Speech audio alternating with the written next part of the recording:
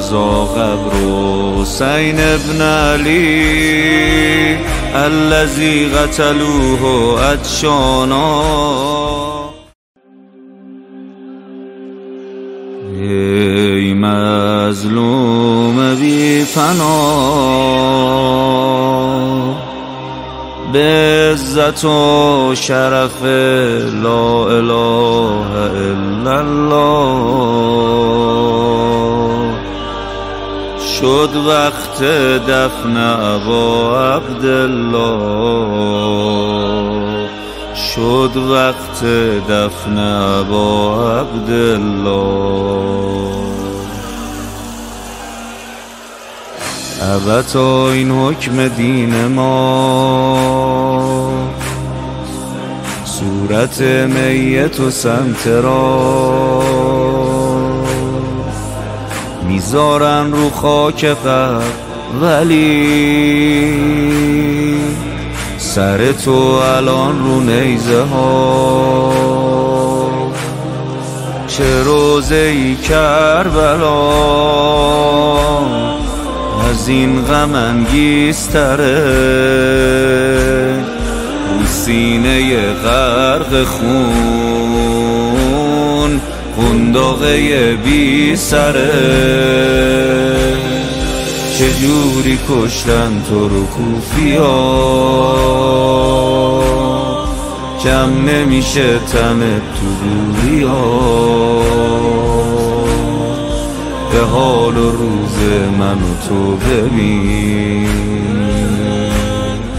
که گریه میکنن دهاتیا. چجوری کشتن تو رو کوفیا، کم نمیشه تنت تو دوریا. به حال و روز من و تو ببین که گریه میکنن دهاتیا.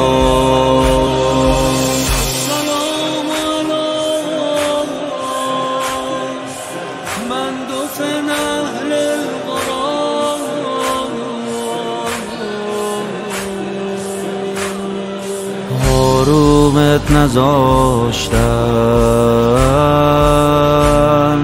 تو مقتل یه لحظه، شمشیر جای شمشیر، نیزه پشت نیزه، نیزه نیزه نیزه نیزه میبینم. دنیا دنیا دنیا غم تو سینه، غم تو سینه.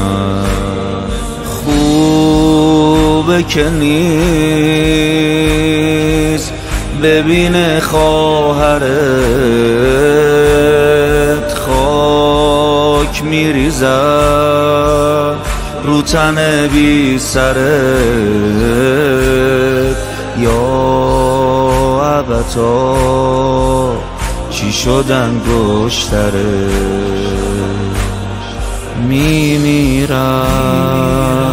میمیرم برای قتل صبر تو. با گریه مینویسم روی خاک قبر تو، با گریه مینویسم روی خاک قبر تو.